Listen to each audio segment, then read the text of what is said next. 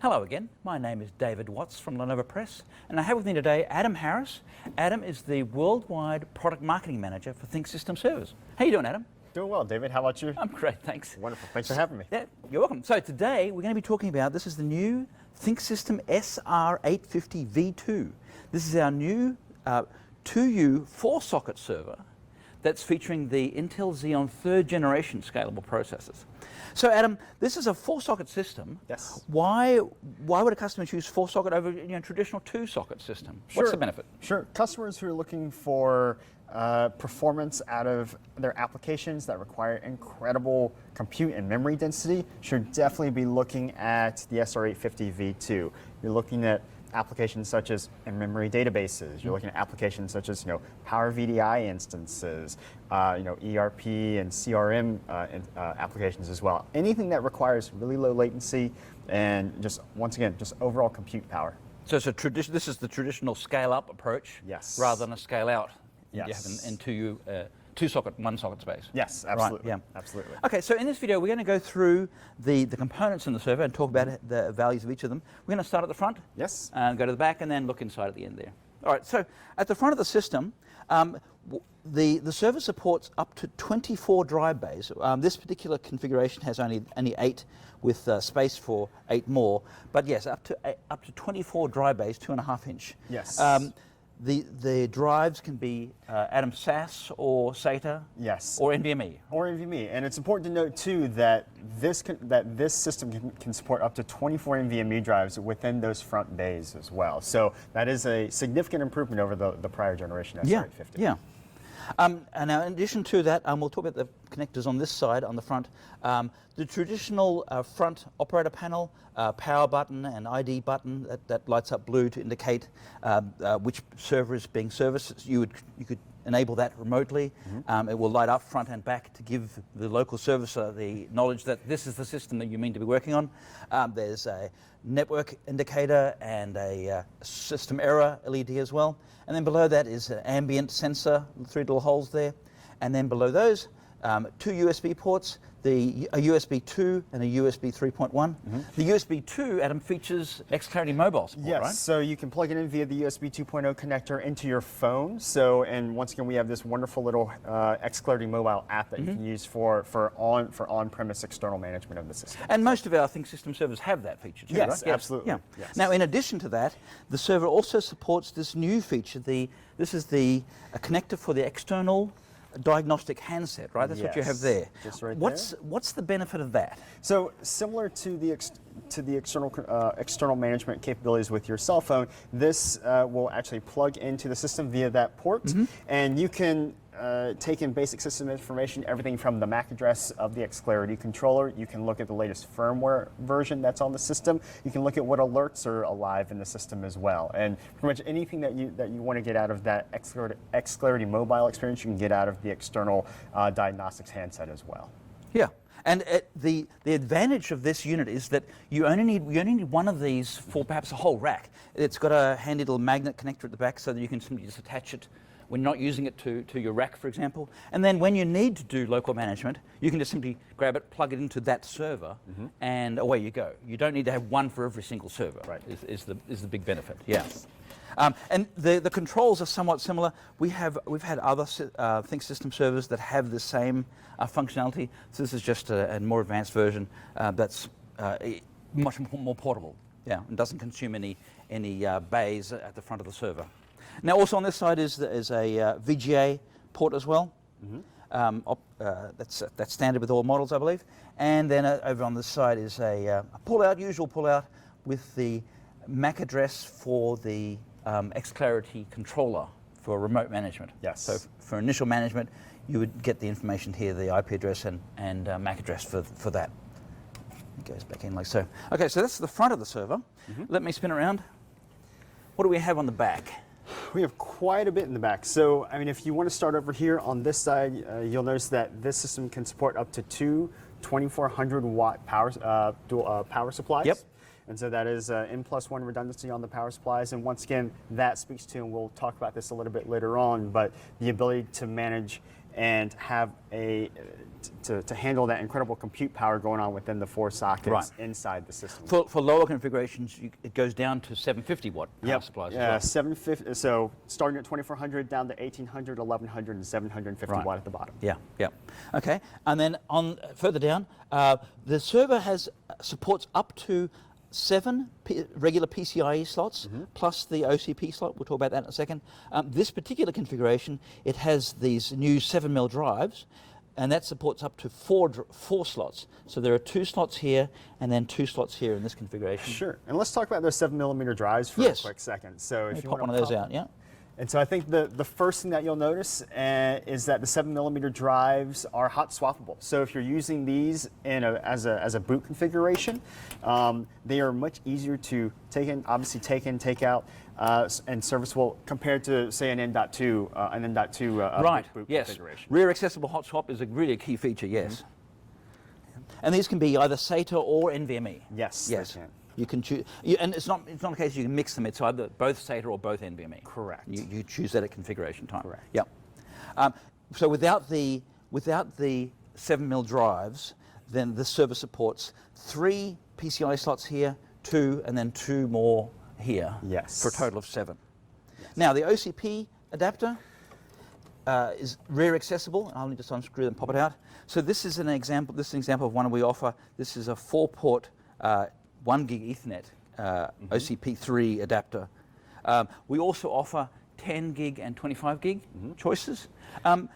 What's the benefit of this? Sure. So OCP 3.0 is new for our Intel-based systems, and what that is, it's an industry standard. So it's it kind of takes us away from it just eases the maintenance and serviceability of the system because it's a commonly used part. If you will. And you'll see this on more and more of our servers. Yes. We have this on the SR665 and 645, Yes. for example. But you'll be seeing this on more and more servers as we bring them out. So that goes back in that slot there. Yep. So as well, on the back, the usual ports you'd expect to see: serial port, VGA video port. This is the remote management Ethernet port. Yes. And we'll talk about xClarity Yes. controller in a moment. And there's an ID LED. Remember I talked about earlier in the video that there's the ID button. When you press that, that also lights up the blue light at the back, so you can then walk around in your data center, go to the hot aisle, and then you can see exactly which server it is that you're trying to work on. So that's quite a handy feature. And there's also a duplicate of the error LED as well on there. So that's, I think, all on the back. Let's spin it back around and open it and have a look inside.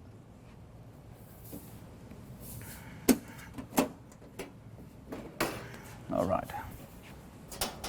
So, this is the inside of the server. Yes. Ta-da. So what we have here, you can see this is a fully configured system. These are processors 3 and 4. Yes. And their companion memory DIMMs. Correct. And obviously, as we mentioned beforehand, you can have up to 4 CPUs configured within the system. Each CPU can support up to 12 memory DIMMs per system, which equates to a total of 48 memory DIMMs within the system as a whole. And that using 256 gigabyte DIMMs, you can conceivably configure up to a 12 terabyte memory system as well. Yep. And now this server also supports the new 200 series of persistent memory. Yes. Intel Optane Persistent Memory 200 series. Yes, absolutely. Say that 5 times fast. Yes, indeed. So you can have, for example, for each processor, you can have 6 persistent memory modules and 6 memory regular DIMMs. Correct. Now, what's the value of persistent memory? Sure. So persistent memory, highly memory-intensive applications such as SAP HANA can take advantage of AppDirect mode within those persistent memory modules, and basically it keeps the data alive within those persistent memory modules, aiding in reboot times, and ultimately being able to take advantage of much higher capacity memory DIMMs. So we're seeing a lot more in-memory database work, in-memory processing to speed application response within the system. Yeah. Okay. Excellent. Okay. So as I mentioned, this is processors 3 and 4. The other two, processor 1 and 2, are actually underneath this, and we're going to remove this in a moment to actually show you what's under there. But this server can be configured with just 2 processors. Correct, right? and this goes back to what we were saying earlier about opportunities to scale up your system. So if you only want to start with 2 or configure with 2 CPUs, and then as your workloads grow and as your capacity as your capacity needs grow, you can add in the tray with the additional CPUs and memory DIMMs populated. All right, let's pull it out and have a look inside. Yeah, absolutely. Okay, so to get access, it's really quite simple. Removing the fan infrastructure here. So these are hot swap fans, 60 mil hot swap fans. Correct. Yep. So to remove those, simply pop this like so, lift down. Okay, thank you. Yeah. I would point out too that these are the riser cards, the backplane cards for our front hot swap drives. Yes, and so as with our ThinkSystem servers, you have 8 drive backplanes. So obviously 3 times 8 is 24, which is how you populate, and obviously you can mix and match, if you will, what backplanes you want. So you could have SAS SATA backplane or an NVMe backplane, or we have the AnyBay backplane. Yes. AnyBay is both SAS and SATA and NVMe to allow you to have different drives. Yeah, absolutely. Just in the same ultimate backplane. configurability and just ease of, once again, kind of how you choose to configure the system is made even simpler by those AnyBay backplanes. Yeah. Okay, so to remove the expansion tray, it's really quite simple.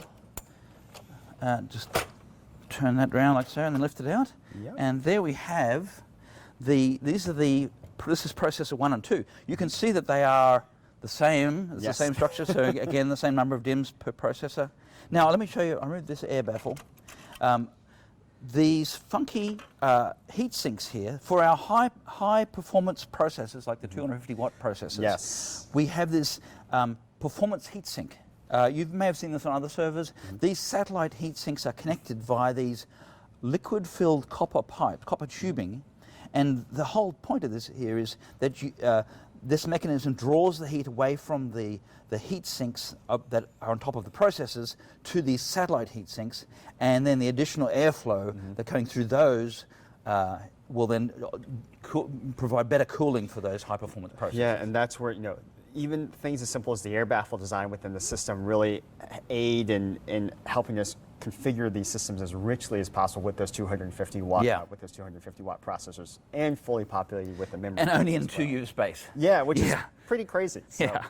Okay, so these big 4 hunking connectors here, these are the UPI connections to join all 4 processors together. There are 6 UPI connections in the new Intel Xeon V3. Yes, the Gen 3. And it is a mesh connection between the UPIs. Yep. So all of the CPUs, talk to each other via mesh instead of a ring configuration within the system. So excellent performance, low latency as a result. Yes.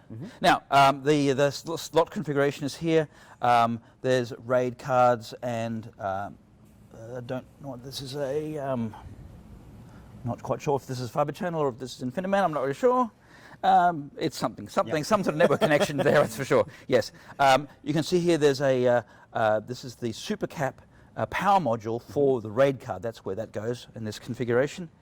Quite a handy convenience there. Now, we mentioned earlier, this server is xClarity controller based for systems management. Yes. So that's one of the chips in this here. I think it could be this one right here. Yes. Yes. So xClarity controller is pretty much common on all our 2-socket and 4-socket ThinkSystem servers. Correct. And what xClarity controller gives the user, the system administrator, the ability to do is to access system diagnostics and get a sense of what's going on within your data center remotely via web GUI. Yeah. And the xClarity controllers talk to the xClarity administrator on the web GUI, and actually within one instance of xClarity administrator, you can manage up to 1,000 systems. And then with xClarity orchestrator, which is the manager of managers, you can actually manage up to 10,000 systems within one instance. So really quite a comprehensive management story right there. Yes, yeah, absolutely. excellent. So on-prem with the external diagnostics handset, with your cell phone, with the web GUI. Yeah. Other connectors here, these 2 cables here are what go into the 7mm drives at the back. This one is if you just want to have onboard SATA. If you just want to have SATA drives and don't want a RAID card, then you can drive, I think it's 8 SATA Yes. drives out of that connector. This one, and there's another one of them under, over there, yes. There. These two, and then there are 2 more on the expansion tray. These are the NVMe connections for direct connection NVMe drives directly to the processors. Yeah, and for those who don't know, that's why NVMe is so powerful, because they are direct connection Right. to the motherboard instead of going through a RAID card or something Right, along those yes. lines. So there's four of those connectors for up to 16 direct connect NVMe drives. Yeah, I think that's about it. Are we missing anything? GPU capacity? Yes, of in course, this? yes. Yes, the server does support two NVIDIA T4 GPUs. Correct, yes. And that's, once again, as we talk about upcoming and emerging applications that require, obviously, CPU and memory density, but also want to take advantage of that hardware acceleration capabilities within GPUs for inference or machine learning or AI training. That's where we're seeing enterprise applications start to involve those different tenets as well. So that's where, once again, future forward, as Lenovo always is, we're looking at, not only what can these systems do today, but what they can do later on down the road as well. Excellent. Yep. All right, so there you have it. So this is the ThinkSystem SR850 V2. If you're looking for more information about the server, there's a product guide we published. I'll put a link to that in the description for the video. I hope you found the video useful. Adam, thanks for your time. Thanks so much, David. Appreciate it. And we'll see you later. Bye for now.